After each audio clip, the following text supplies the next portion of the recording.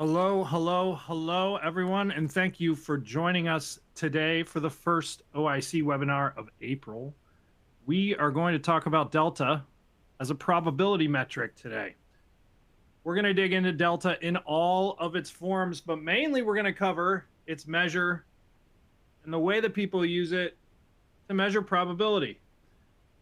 My hope is that this webinar on Delta, along with its sister presentation on standard deviations and tail risk, which will be next Wednesday at 3:30 Central, are going to give you a deeper understanding of Delta as a metric, allow you to see it as kind of a variable construct and in a multivariable way, and make it less one-dimensional for you so that you can use that understanding to evaluate risk in the options and understand when those parts of the options pricing and risk montage align more closely with your investment goals.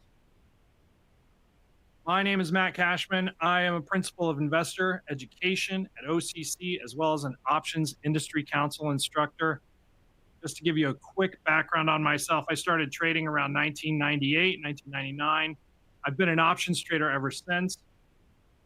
I got my start in Chicago on the floor of the CBOE, trading equity and index options.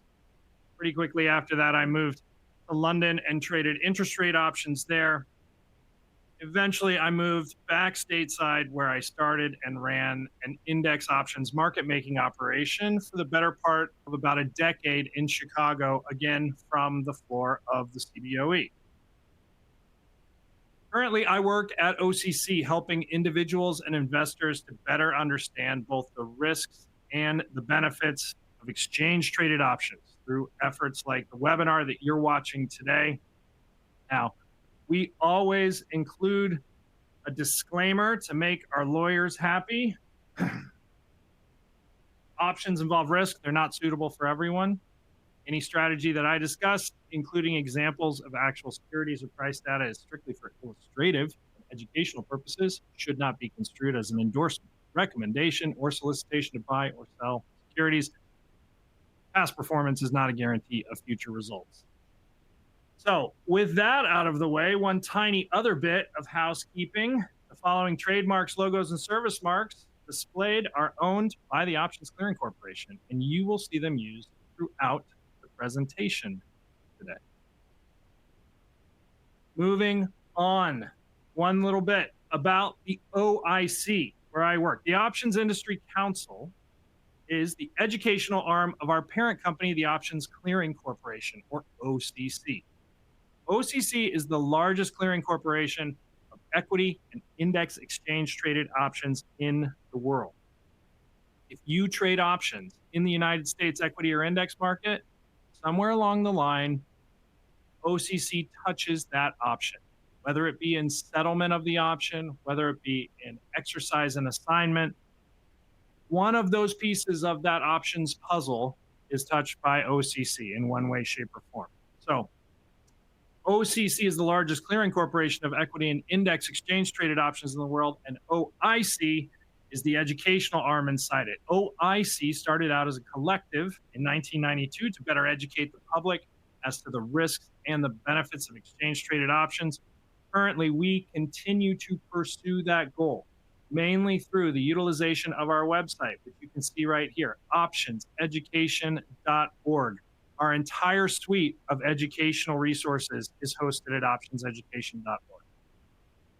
I highly recommend going there and checking out what is on tap there, because it's constantly changing and there's a huge suite of options that you can choose from as far as the educational content that's there. Secondarily, the thing that I always point out is that options@theocc.com is an email address that is staffed by the investor education desk, where I sit with 3 other colleagues, and we are constantly fielding questions and answering questions about options more broadly. It's a service that we are able to provide to the public because we are fully funded by our parent company, OCC. Thank you very much, OCC. And we are not registered investment advisors on that desk. It's really important to make sure that I make that distinction. We're not registered investment advisors, so we can't direct you on trades. We can't necessarily give you trading strategies, but what we can do and what we love to do on a daily basis is we like to educate people as to how options work more broadly and then allow them to utilize that education to make better decisions across a wide swath of asset classes. Because when you actually start to learn the basics of optionality, you're going to be amazed at how variable that knowledge can be and how much flexibility it gives you to be able to plug and play that knowledge into lots of different places within the actual ecosystem of asset classes that you look at on a daily basis. So don't forget, options@theocc.com is a great resource as well, where you can send us email questions and we can get back to you. Generally speaking, we get back to everybody that day, and you get a real live answer from a real live person with real live trading experience. Now, the team at OIC where I work, or the investor services desk or the investor education desk, I sit there, like I said, with 3 other colleagues, 2 of which are answering your questions via the chat today during our presentation. Please make sure to say hello to Ken and Mark when you ask the questions.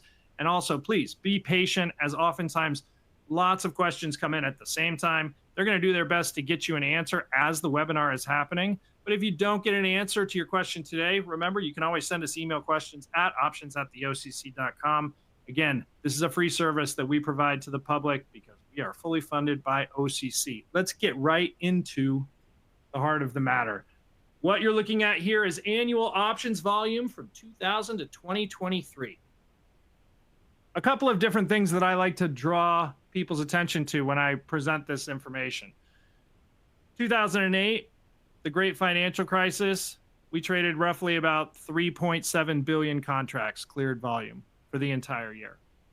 I remember being in the pit that year, looking up at the number at the end of the year and thinking that was the craziest thing I've ever seen, and I don't think I'll ever see it again. I could not have been more wrong. Because what we're looking at now since 2020 is over 10 billion contracts for the last 2 years. 2022 was 10.3 billion. 2023 was 11.2 billion.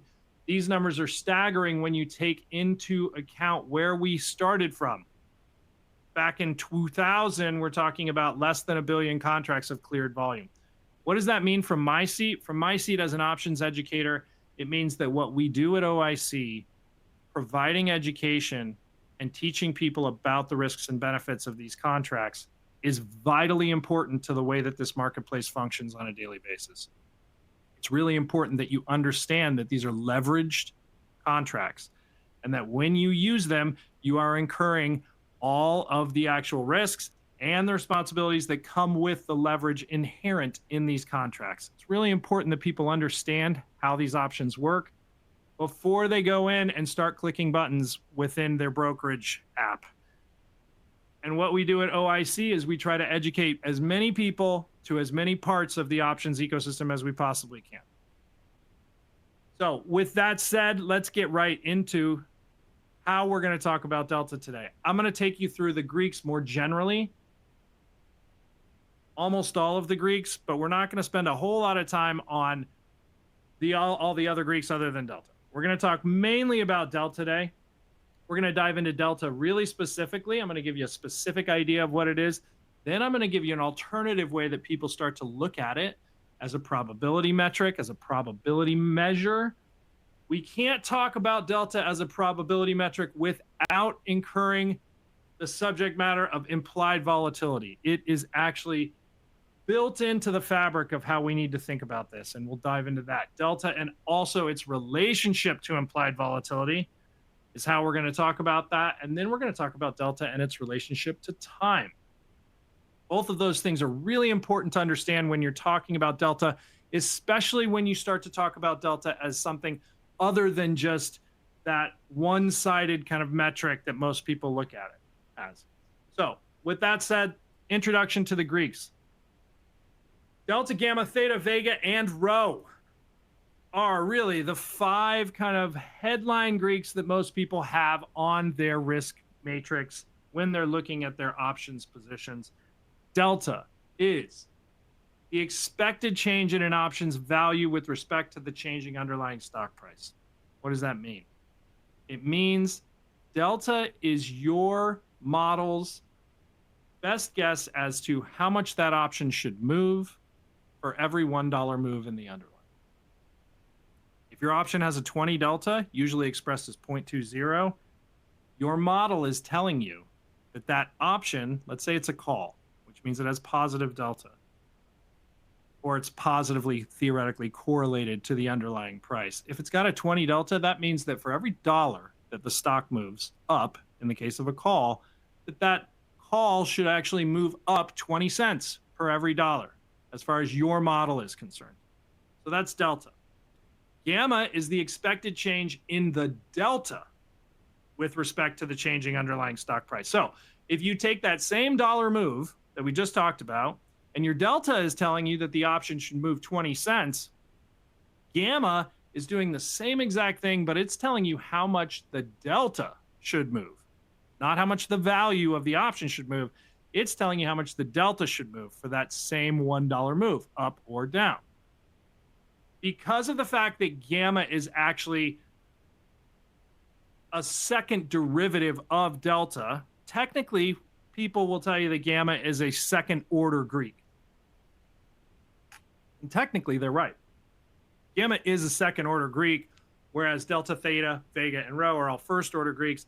But most of the time, delta, gamma, theta, vega, and rho kind of appear together as people start to take a wider look at their risk matrix across the board. Gamma is technically a second order Greek because it's a second derivative of delta.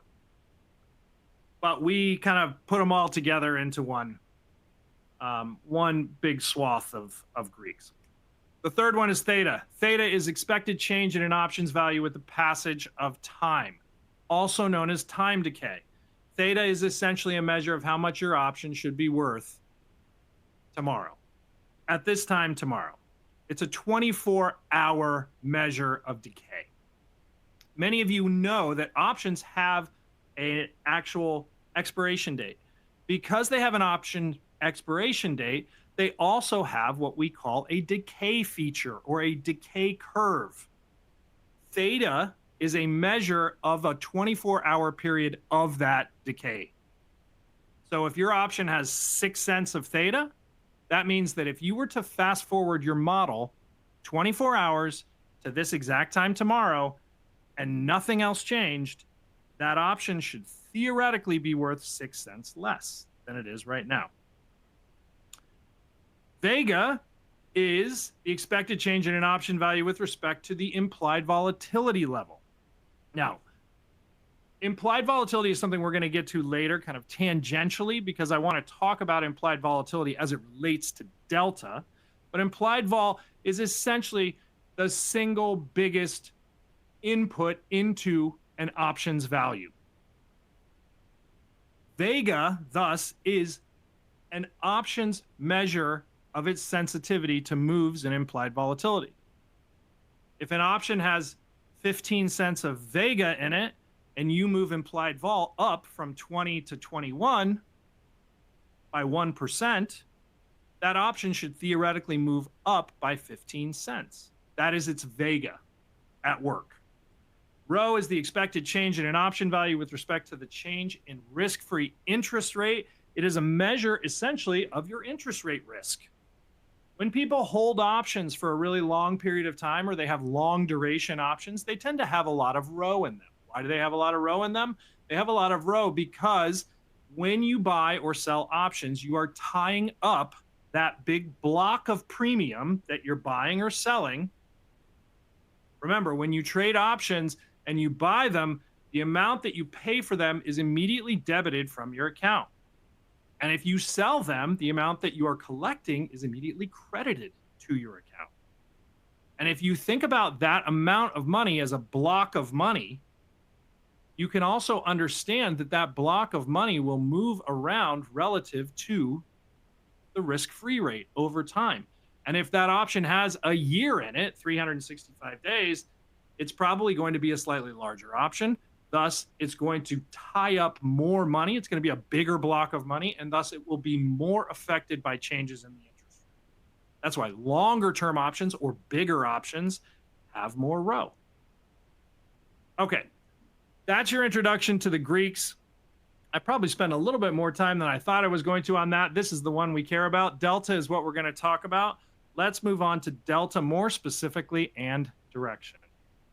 Delta, like I said, is an option sensitivity to stock price. It basically tells you how much this option should move in price, up or down, for every $1 move in the underlying stock price. You can essentially create 3 buckets of delta. One of them is the deep in the money options, the high delta options. A single option can only be bounded by either 100 or a 0 delta. The highest a single option delta can be is 100. That's usually expressed as a decimal. 1.00 would be the way that you would express it in decimal form for 100 delta. The other bucket that you can actually put in there is the at the money options. At the money options are going to be those options that are trading very close to where the actual stock is trading.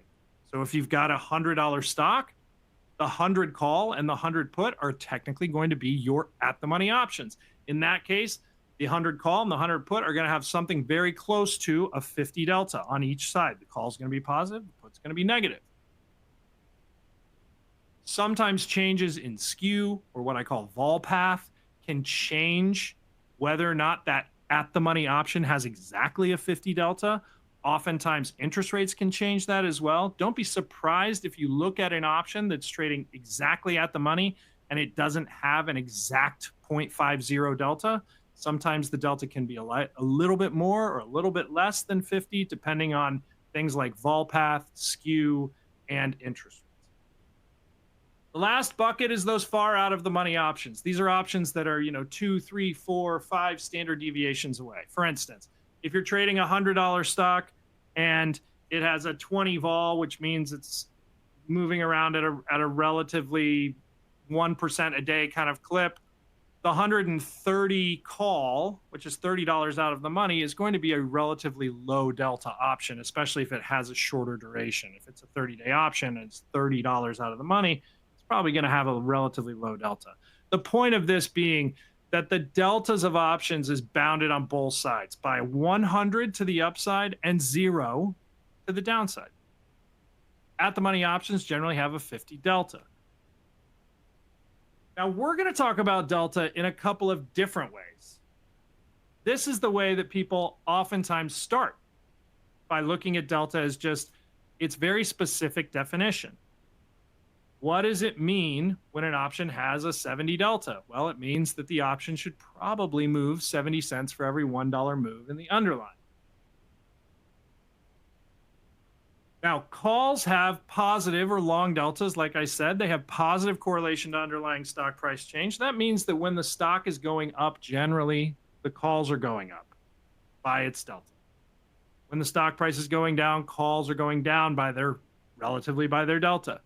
Call deltas range, like I said, from 0 to 100. Now, puts have negative or short deltas. Negative correlation to underlying stock price change. What does that mean? When the stock price is going up, puts are going down, generally speaking. Not always, but most of the time. And when the stock price is going down, puts are going up in value. Put deltas range from 0 to negative 100, oftentimes expressed as negative 1.00. Let me give you a real world example of what this might look like. Let's say your stock is trading $100 and you have an American style option and it has 49 days to expiration. And again, it's on a 20 vol, which means it's trading, moving around basically 1% a day, more or less, very close. Well, what does this look like as far as the at the money option value is concerned? Remember, your stock's trading 100, the strike is 100. This is going to tell you that your option value is about 306 and its delta is 53. Remember what I said about at the money options? We're exactly at the money here, and this call has a 53 delta and the put has a 47 delta. You're not always going to see it perfectly, But what does that mean? That means that for every $1 move in the underlying, this call should theoretically move by how much? By its delta, by 53 cents, theoretically. So when you move the stock up by $1, what happens to this call value? Remember, the stock is now trading 101, but we're still talking about the 100 strike. The call started worth 306 with a 53 delta. Well, what's it worth now? It's worth 362 with a 58 delta. The opposite of that is happening on the other side. Those puts started being worth 279 with a 47 delta. And then as the stock moves up from 100 to 101, remember, calls are going up in value by their delta, theoretically. Puts are going down in value by their delta, theoretically. You can see this change here between the value. These puts are going down, these calls are going up. Many times what people will say is, well, that didn't move by exactly 53 cents. And my answer to that is, you are correct. It did not move by exactly 53 cents. The reason why is because for every tiny little move that's happening between $100 up to 101, the actual delta of this option is changing. It's not a 53 delta for the entire move. How much is it changing? It's changing by its gamma, constant. On the way up from 100 up to 101, it's changing slightly. You'll notice that the delta changed from 53 to 58. How much did it change? It changed by its gamma. And that's why this has a little bit of curvature to it. The same thing over here, except on the negative side. Now, let's move it again and see what happens. Let's say the stock goes from 100 down to 99. Well, you're going to see this exact same thing happen, but in reverse. The calls are going to go down in value by how much? By their delta. 53 deltas to start off when we're starting at 100. Stock's down $1, trading 99. The call goes down in value. The put, conversely, goes up in value.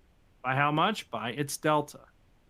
Now, keep in mind, there's a tiny little bit of actual curvature to this.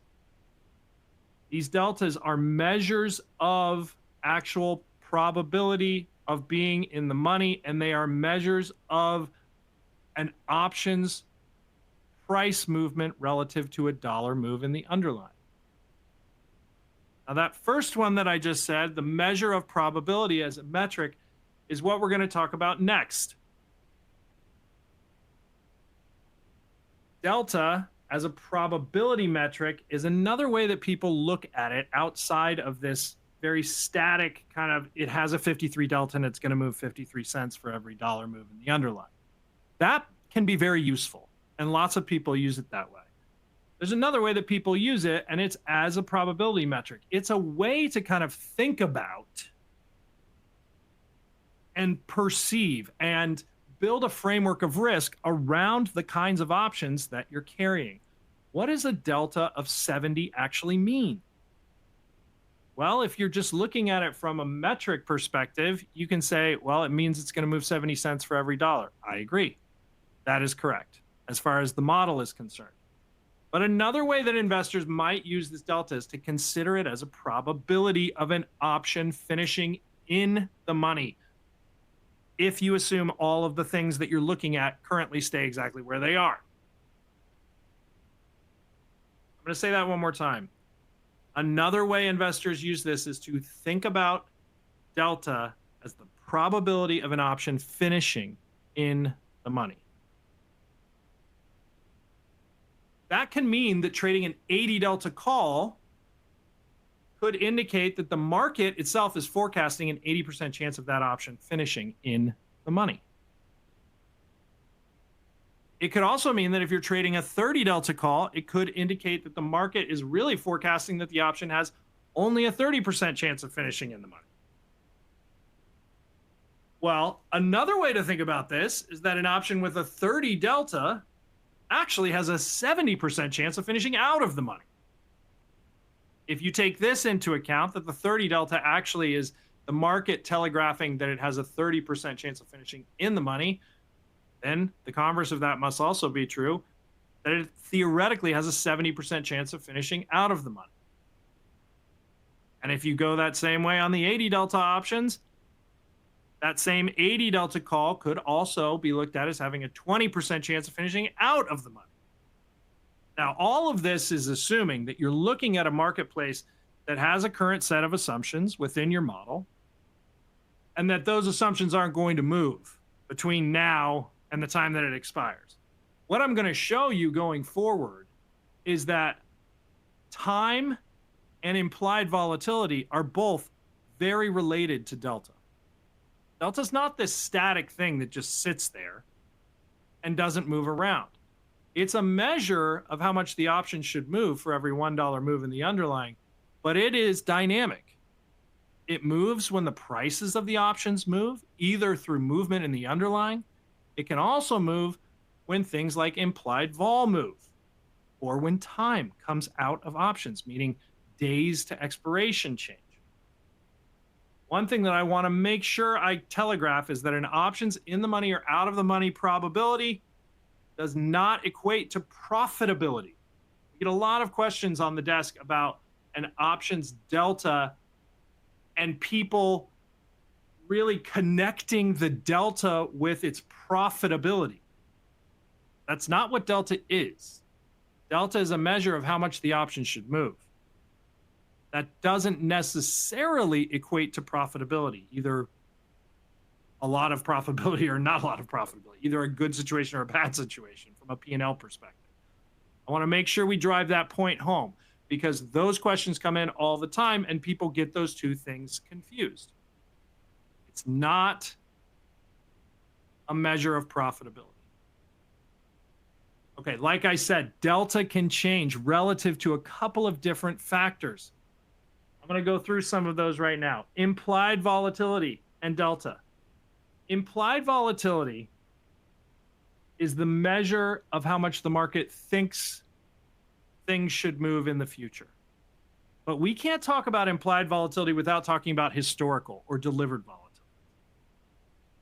And that is a measure of just how much something is moving. Historical volatility or delivered volatility is just how much something has moved over n number of days. So let's talk about what that looks like from a distribution perspective. I want you to compare three stocks: stock A, stock B, and stock C. Stock A is moving on a 15 vol, stock B is moving on a 25 vol, and stock C is moving on a 35 vol. That's what historical vol or delivered vol actually means. It's how much is it moving? What does that look like from a distribution perspective, from a price distribution perspective? Now, we're going to talk extensively about price distribution and tail risk next week and standard deviations. But what I want to just touch on right here, because it's really a part of the implied volatility discussion, is what does this look like as far as these price distributions are concerned when implied volatility and historical volatility moves around? Well, if you're trading in a relatively low, let's say a 15 historical vol is a relatively low volatility environment, what does the price distribution look like of that actual stock? Now, these are not drawn to scale, but I want you to think about this. If you're trading in a low historical volatility, you're taking all of the price settlements for the stock. Let's say it trades, we're talking about a $100 stock here, $100 mean.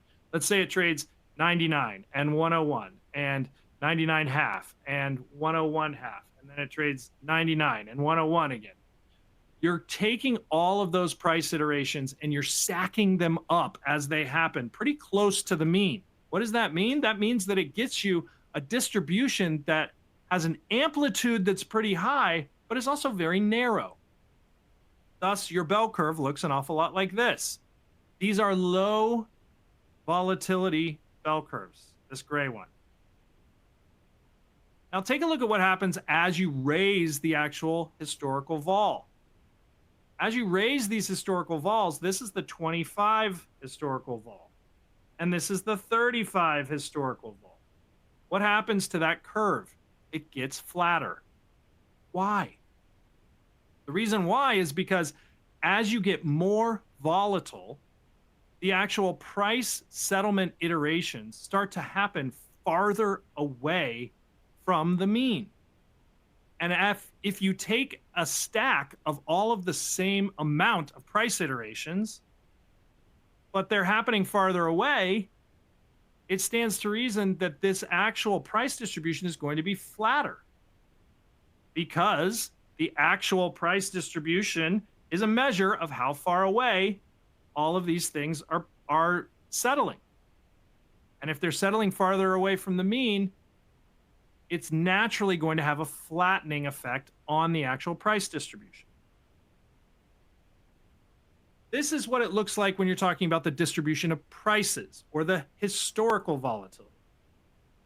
The other vol that we need to talk about is implied volatility.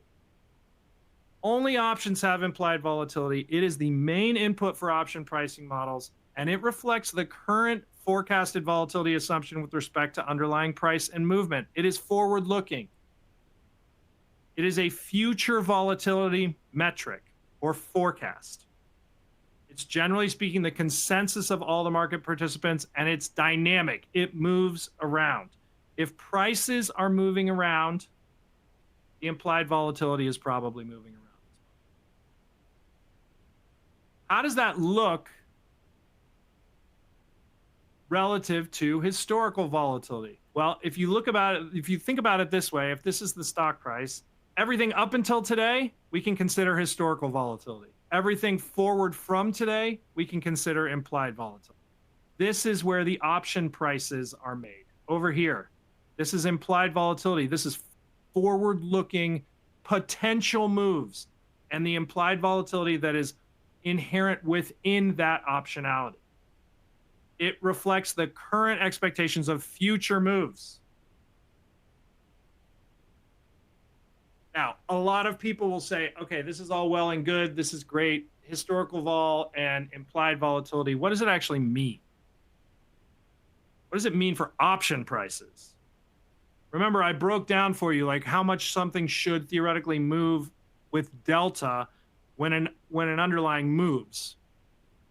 It's all well and good to think about like, well, delta is 53. It means it should move 53 cents. It means a totally different thing when you look at it and say, this option's theoretically going to move 53 cents, and this is what it looks like. Implied volatility effect on option prices. If an underlying stock's historical volatility moves around, it may affect the option markets, but if you're to keep everything exactly the same and you move implied volatility up, both calls and puts are going up. And if you keep everything else the same and you take implied volatility down, both calls and puts are going down in price. That's how much of a factor implied volatility is in option prices. It's the single largest component of option prices, and it's the biggest dial. I always talk about it this way. It's the biggest dial as a market maker that you can turn up or down that's going to move almost all of your option prices in whatever month you're moving them. It's going to move them almost all up or down if you keep everything else constant. It's a huge part of how options are priced. That's part of the reason why I bring it into this conversation. The next thing we need to talk about is how does it affect delta? Because that's where we're really going to talk about how these two things are actually interconnected. Don't be scared by the next chart.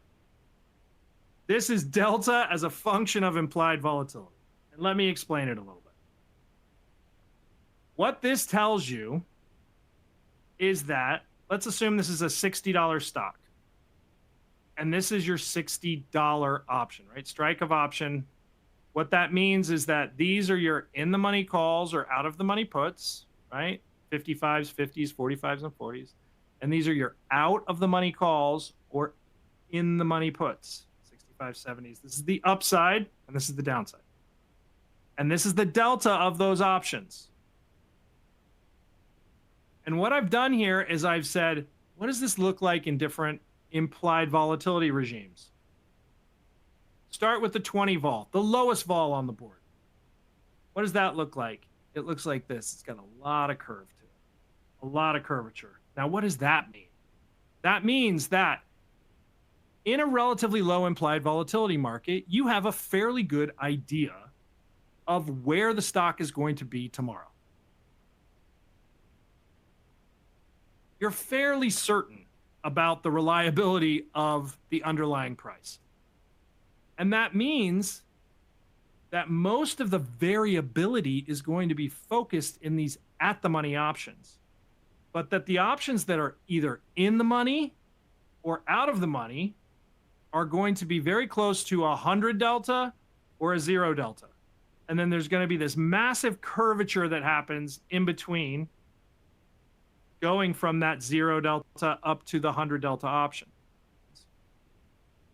Now, if you look at the way that this graph works, as you amp up the implied volatility levels from 20 up to 100, which is a relatively high implied vol number, what happens to the delta of these options?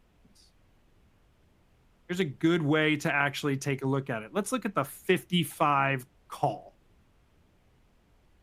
When it's trading on a 20 implied volatility, a relatively low implied vol regime, that 55 call has a 90 plus delta.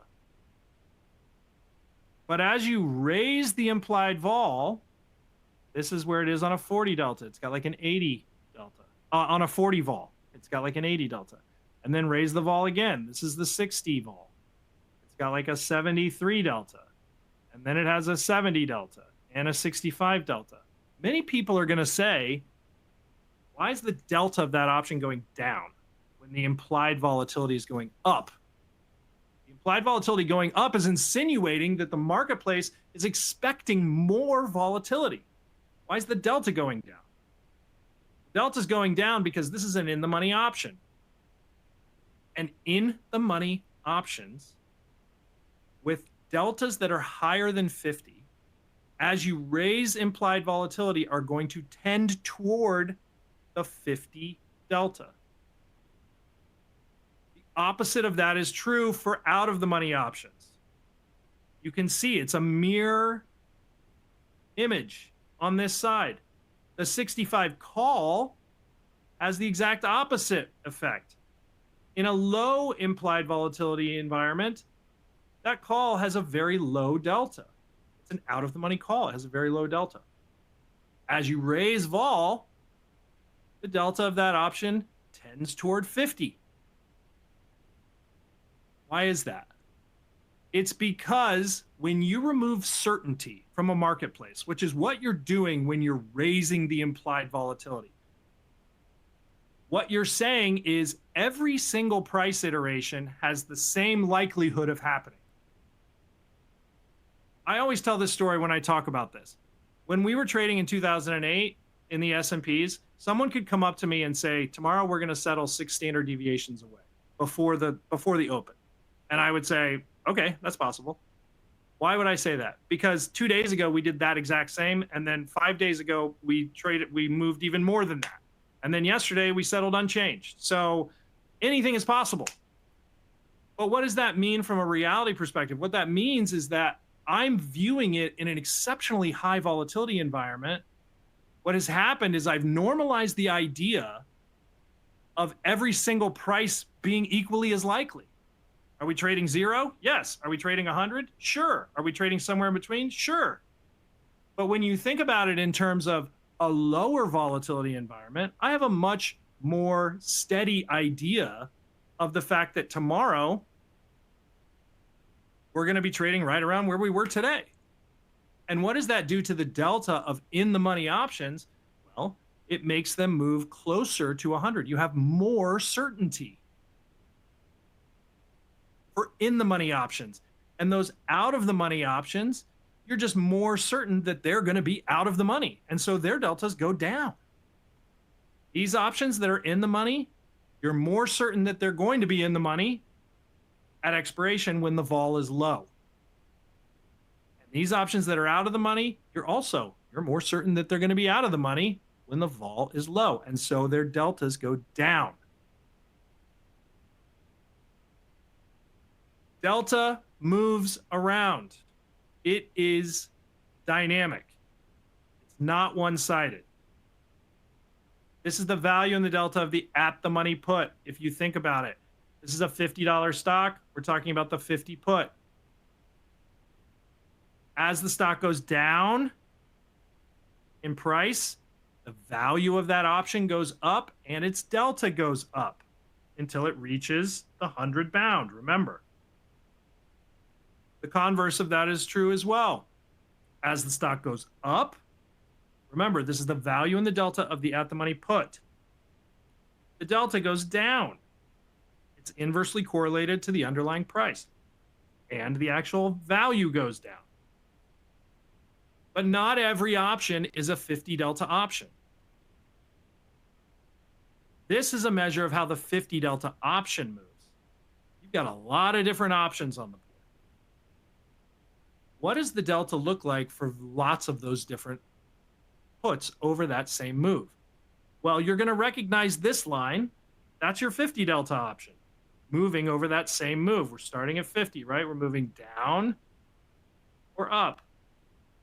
And the delta of that option is, it's got a little bit of curvature to it, but it's pretty static. It's got a relatively static slope to it.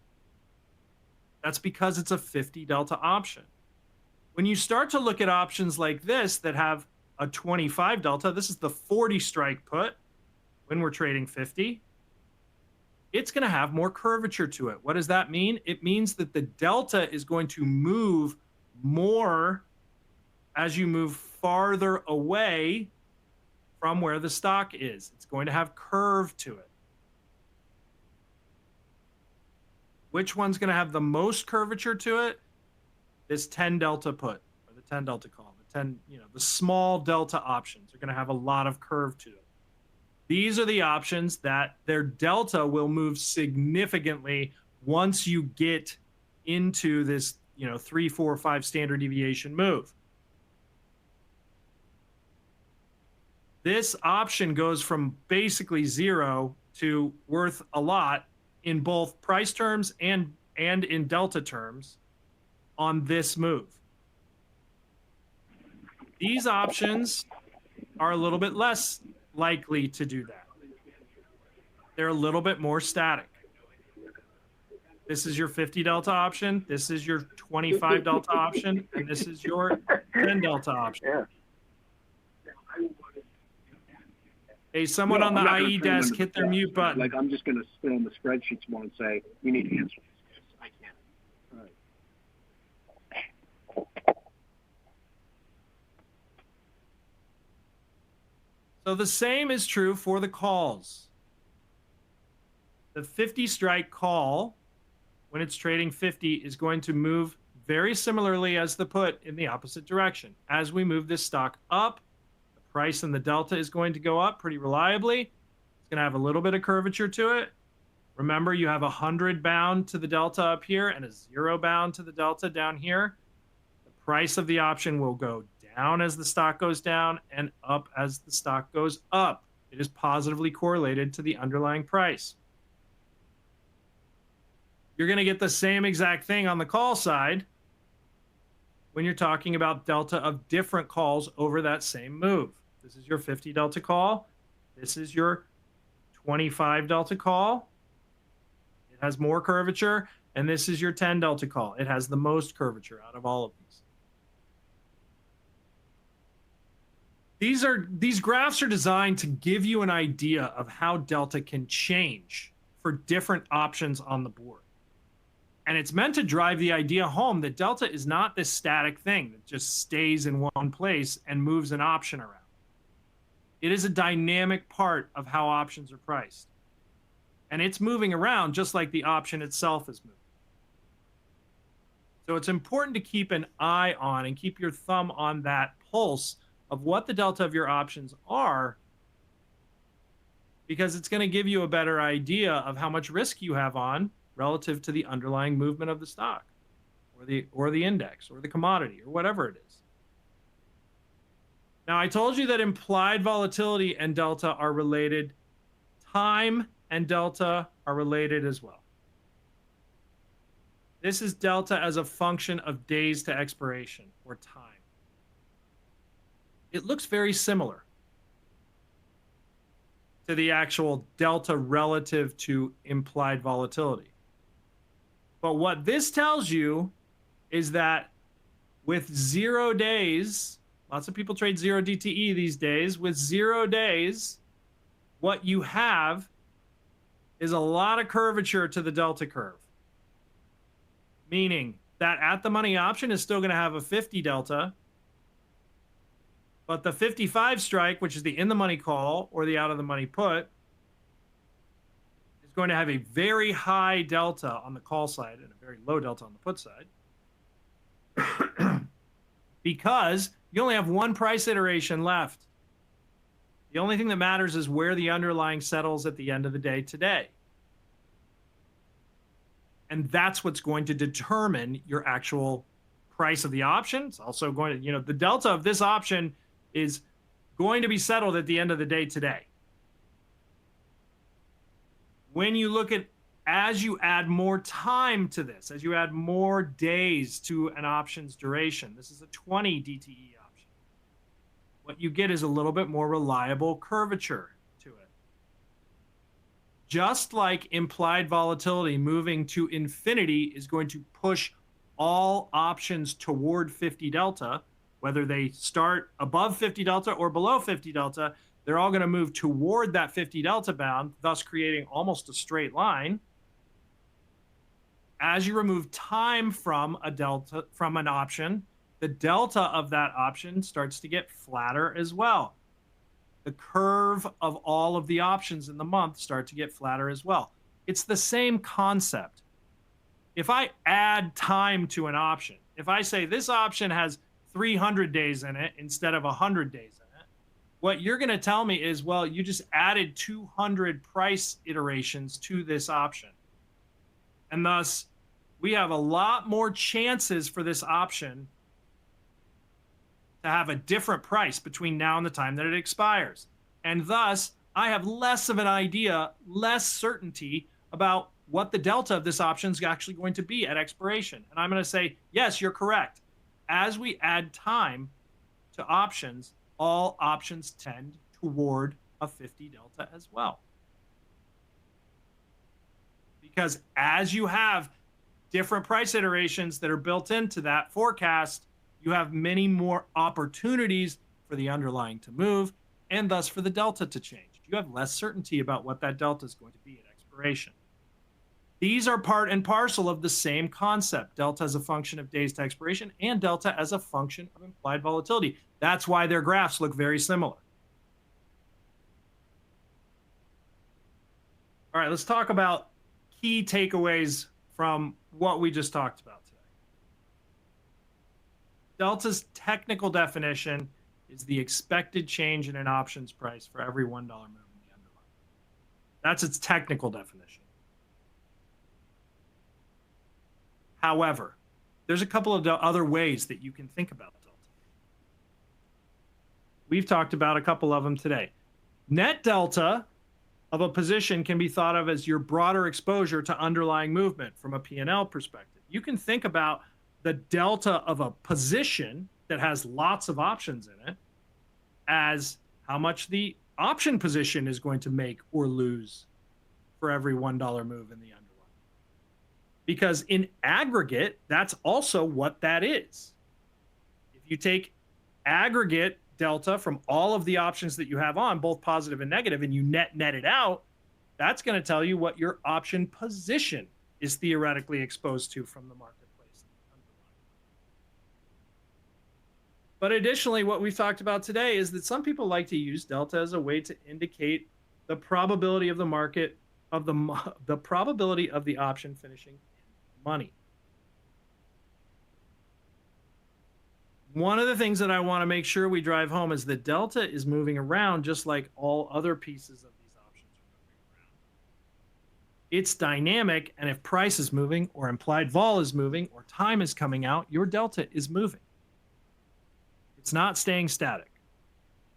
So keep that in mind. The relationship to time and the relationship to implied volatility is important as a function of your risk relative to those two things.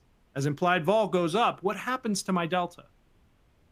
as implied vol goes down, what happens to my delta? If I take time out, if I fast forward 10 days, what happens to my delta? These are all things that you need to be thinking about in order to have a multifaceted understanding of delta as a metric, probability or otherwise. It's important to keep these things in mind. I think that is all we have time for today. We're going to do some Q&A, I think. But the one thing I want to make sure that everyone keeps in mind is optionseducation.org is our website where you can find all of the educational resources that we have on options. And don't forget about options at theocc.com, especially if you have questions about options that you don't get answered during the Q&A. We can certainly answer them via email. So make sure to check that out as well. Ken, are you there, sir? Hello, Matt. I am. Thank you for that presentation. Can you hear me okay? I can. Excellent. Excellent. Yeah, we've been getting a lot of really interesting questions. And with the time remaining, why don't we just go back and forth on some here. So one of the questions that came in was, how might we distinguish between the probability of an option actually expiring in the money versus simply touching the strike price during the trade and retreating? Is there a measure of probability for simply touching a strike? Now, I don't think I'm not aware of a metric that tracks that.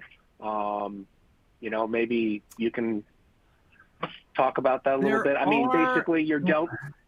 Oh, go ahead. I just was going to say your delta is really the probability technically that it would finish in the money. That doesn't mean the option is going to be profitable, just that, you know, it has a chance of, it could be a penny in the money at expiration and it technically has 100 delta, right? So, you know, I just want to make that distinction, but why don't you just continue with that?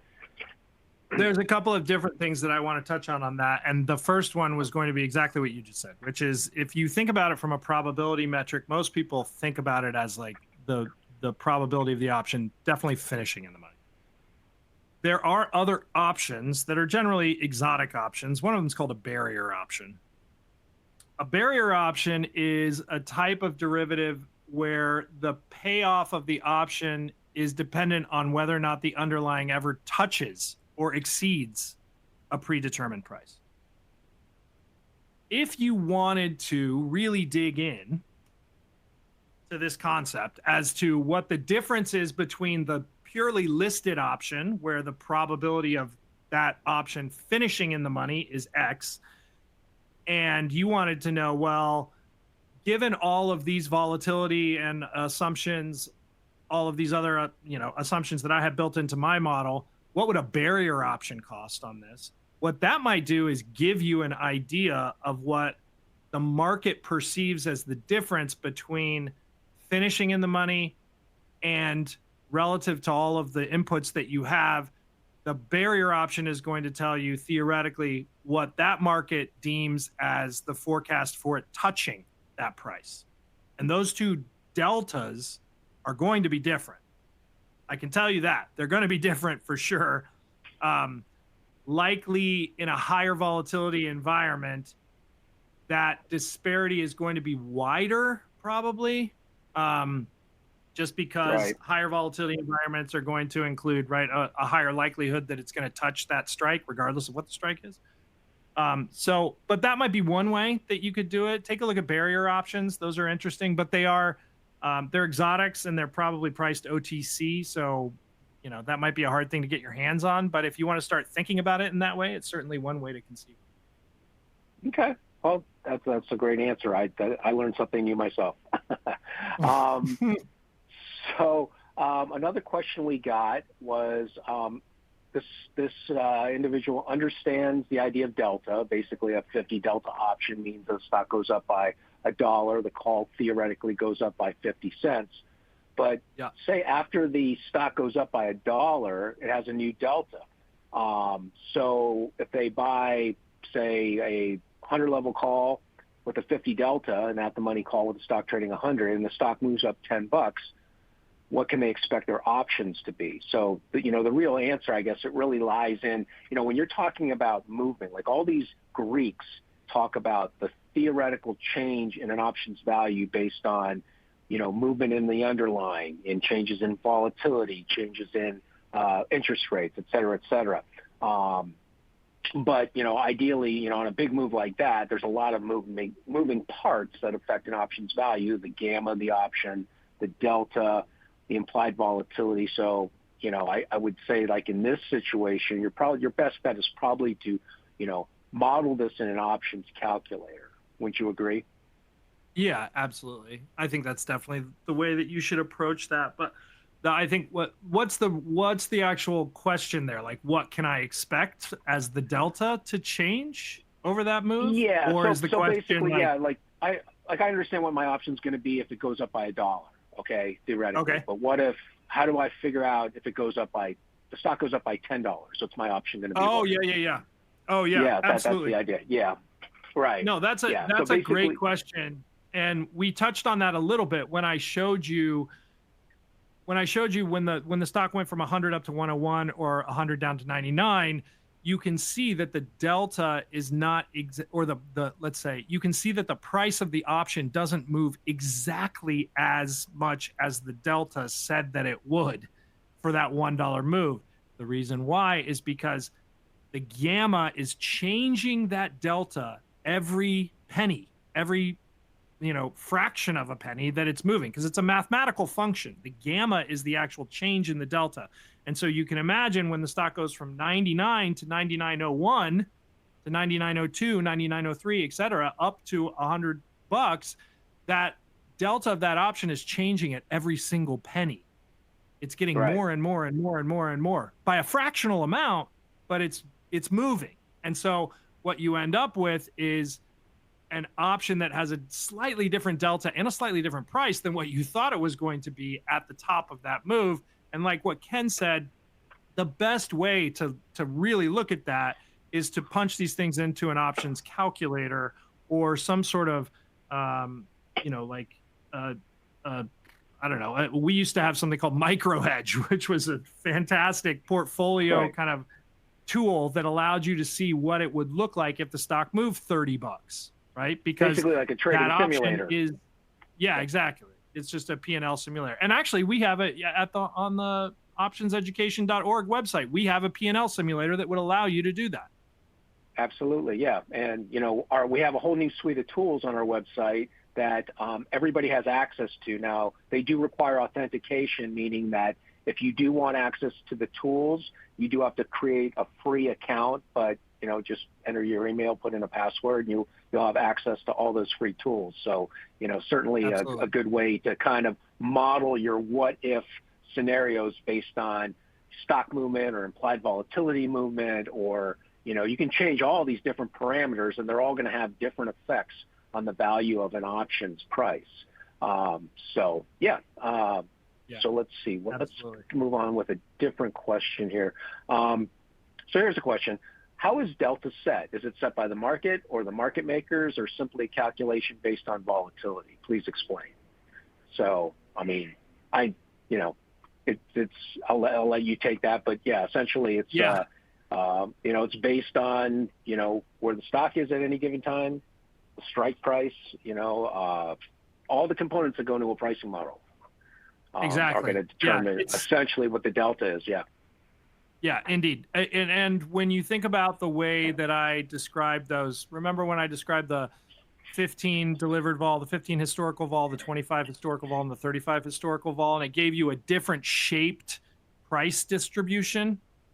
Ultimately, delta is going to be a function of what that price distribution looks like from an implied perspective. It's going to be, like Ken said, all of those inputs that go into your model are going to go into the actual calculation of what that model's probability perception is for that option to finish in the money based on lots of different factors, right? It's the strike, it's the stock price, it's the risk-free rate, it's the implied volatility, it's the skew, it's all kinds of things. It's the vol path. Right. There's all of those things contribute to it. So it's a function of your model. It's not something where like the market makers get to decide what the delta is. That's definitely not what's going on. I wish it's that were a function the case, of everyone's model. Yeah, exactly. Well, I can't tell you. I wish when we were trading, I wish I could just tear up my sheets and pick my own delta, but that's not the case. Yeah. Yeah, no, that is definitely not the case. And oftentimes, what's funny, I will say this, when we're talking about that reminds me, a lot of times the crowd, like back in the day, the crowd would have kind of a crowdsourced idea of what the delta of an option would be. And sometimes these orders would come into the pit and the broker would say, listen, I know you guys think this has a 25 delta. The customer wants to trade it on a 40 delta and they want to tie it to stock. And we would always be like, oh God, this is like, right? Because you would have all these, what we would call residual deltas that you would have to either buy or sell against the price, the stock trade, the option trade, and thus the stock trade that you were going to trade, because there would be a big between where the customer wanted to sell it tied up to stock and how many shares of stock they wanted to do against it versus how many shares your option portfolio told you should carry against it. And so you'd have to buy or sell the residual deltas against it. It was always kind of a pain, but that's a good way to tell you everyone's out there just kind of taking a best guess at what the delta is. It's just a function of your model. Exactly. Well, I know we're up against the time limit, so I will hand it back to you, but great presentation, and thank you for all that great information, and I will let you close. Yeah, absolutely. Thanks, Ken. I really appreciate it. And thanks for all the good questions, everyone. We're going to be back next week. If you liked this, or even if you didn't like this, if you liked it, you'll get more of it. And if you didn't like it, maybe you can come back and give it another swing, because next week on Wednesday, same time, 3:30, we're going to take what we've learned here and what we've talked about as delta as a probability metric. We're going to build on top of that and start to talk about standard deviations, normal price distributions, and tail risk, which should be an interesting conversation. So more of the same, slightly more advanced and a little bit farther down the probability rabbit hole, but hopefully you'll enjoy that one as well. Make sure you register for that at the website, www.optionseducation.org. And like I said, you can always send us email questions at options@theocc.com. So thank you for joining us, and hopefully we'll see you next week.